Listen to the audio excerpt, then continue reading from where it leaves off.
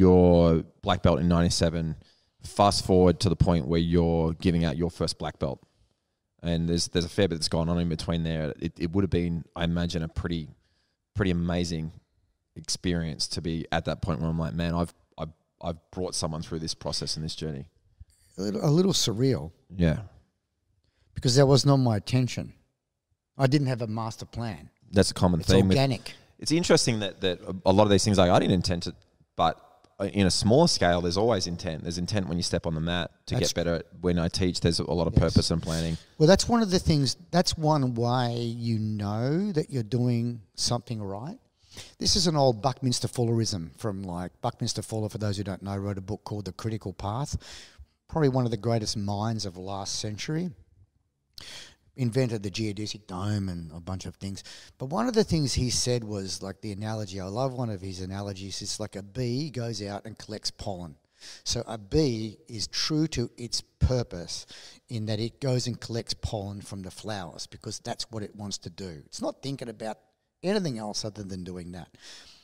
But the great side effect of that is much, much greater than what the bee was about because we get cross-pollination of flowers. Yeah.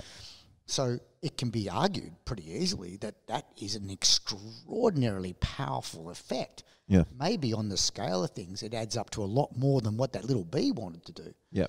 So I think, and so one way he says, it's a little bit esoteric, and I'm not that kind of an esoteric guy, but one of the things that resonates a little bit with me is that one way you know that you're on the right path is when you see those larger effects in the world happening as a result of your action. Yep. That might not be anything to do with your motivation. You just want to do a good job, you're interested, you're curious, you want to, but this large thing happens as a consequence of what you're doing, you're on the right path. If nothing happens, or worse, a shitty thing happens, maybe you're on the wrong path. Yeah. I like that idea. Yeah.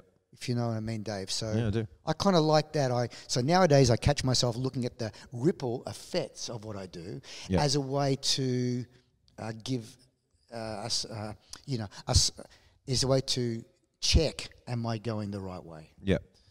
So fast forward, I can't remember what the year was. I do remember being there. John Simon was your first black belt.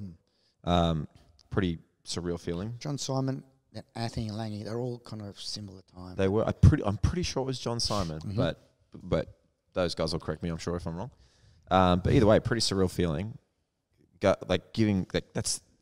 I've had that experience now as well, and I know that this is because getting your own black belt is quite significant. It's like, man, you start the journey out blue and purple belt, you don't think you're going to get there. Brown belt, it changes because you're like, holy shit, the next one's black. It's possible. Yeah, but at that point where you've brought up a generation of guys. Yeah.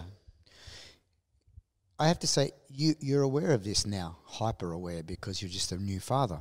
And so now it's like you've done something that is living beyond you.